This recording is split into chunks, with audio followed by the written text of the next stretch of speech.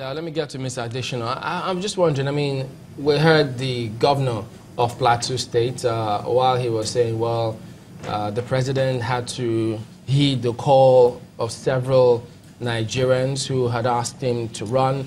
Many were then wondering, does that then mean that on his own, without all of those calls, he would not have run? And by the way, if we rely on the comment, and correct us if we're wrong, what about, do we need to bother about what his doctor says? Thank you. Well, let me start from the second one. You are not privy to what his doctor says, unless you are telling me you are, because to the best of my knowledge, what his doctor says is between him and his doctor. And unless you know it, then it doesn't have to bother you one way or the other. The president is a very responsible man.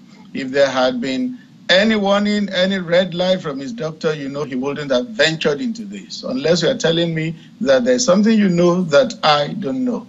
But I know the president. Very, very responsible man. If there was any warning, he wouldn't do it. Then the first part, lots of convincing and appeals. Yes, there were lots of convincing and appeals. I have sat in different meetings with different interest groups and the president. And all of them, the reason why they came was, we want you to run for a second term in office. And do you know that whenever the president reacted to these groups, he will pick every other thing they raised, except the issue of a second term. That one, he will not say a word on it. And that has been like, in the past 1 year, even before he went on medical vacation, these calls have started coming. But Mr. President will not say a word. And that reinforced my opinion that for him, it was not a matter of do or die. It's just a matter of serving the country. And if he feels that he has done it to the best of his ability, that is just it. But then the calls began to come, and finally, he has acquiesced to the calls. So do we then infer from what you've said that without those calls, the president on his own will not have said, whether those calls came or not, I will run? Well, we will never know. We will never know. But one thing I know is that there were a lot of promptings. There were a lot of promptings. Well, you just said here that the president is a very responsible man. But he was quoted in some interviews as saying that he will not run for a second term because of his age. So does the pressure from the external pressure, does that take care of the age question? No, that's a misquote. Is it that's a misquote. That's a misquote. He was never quoted that way. If there is anything on record like that, it's a misquote, because I was with him in South Africa when the issue came, when he said, oh, he wished he had become president at the time he was a military governor, that he would have done a lot more for Nigeria. If anybody quoted him the way you have said, then it's a misquote. Then the other one about doing one term was in 2011. When he was running in 2011, he said, yes, he will be a president for one term. But did he win in that year? No. The victory came in 2015. So that thing being quoted from 2011 is not applicable again, because he didn't win that year. Okay, but before he was elected president in 2015, he told the party that he would only run for a term. I believe that wasn't misquoting as well. But is it that the perks of office are what is drawing him back to seek a re-election? That is not on record. What you have just quoted, allegedly, it's not on record.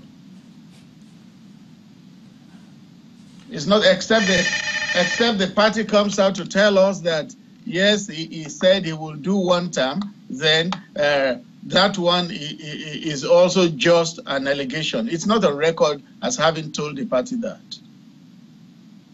Do you think that, looking at it from the regional divide in the country, the northern part of the country, the southern part of the country, the western, the eastern part of the country, and how those regions have been able to develop at their different pace, do you feel there is a consensus agreement, for instance, from the eastern part of the country that have been embroiled in some kind of fracas leading up to the IPOB to be in full support, as we have heard that Okorocha saying that this is the way to go for Mr. President. Do you think that will suffice in 2019 to get him those votes? Well, it's a matter, democracy is a game of numbers. And Nigeria, particularly, the person that builds the bigger coalition goes away with the prize. Anybody who can build the bigger coalition is the one that wins the presidency. Our constitution does not allow you to become president unless you have won 24 states minimum out of the 36, and then you win the popular votes. So the person who builds the biggest coalition emerges as president. Any region that wants to get itself out of that loop will then have to live with the consequences of that decision one way or the other. But I think that in the 2019 elections, all the regions must have learned lessons and they will behave differently politically. So we've had this situation where a couple of northern groups, as a matter of fact, I think it was the Sharia group as well as the Northern Elders Forum group, just a couple of weeks back, came out to give a vote of no confidence to President Muhammadu Buhari. As a matter of fact, they went ahead to go about looking for a consensus candidate, which they were failed for 2019. Do you think that that impact will perhaps share the votes in the northern part of the country, having those major groups concerned about Mr. President running for a second term? I think it's all part of democracy. Those groups have a right to come out to say, yes, this is not our candidate. There has never been a time in this country when a candidate won 100%, even in his own geopolitical zone. We have had a president in the past who didn't win in his ward, who didn't win in the southwest where he came from. So it's a game, like I said, the one that builds the biggest coalition wins the race. Even if in your ward or your people have said no to you. It happened. We saw it in 1999. We saw it in 2003. The person who emerged president didn't win his own ward, but it did not stop him from becoming president.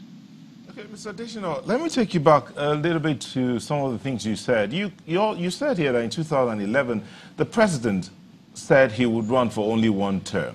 So what changed? The power configuration in the country changed. In 2011, you will realize that a northerner had started a term which he couldn't complete, he passed on, and somebody from the south completed that term. If another northerner came then and didn't say he was going to do one term, ab initio he had failed.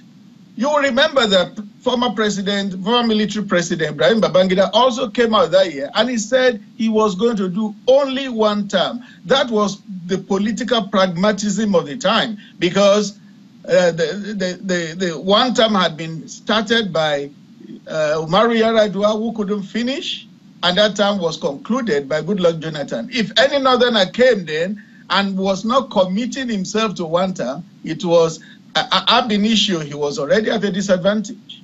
Okay, then, how do you react to this? Because at that time, you did not react to it.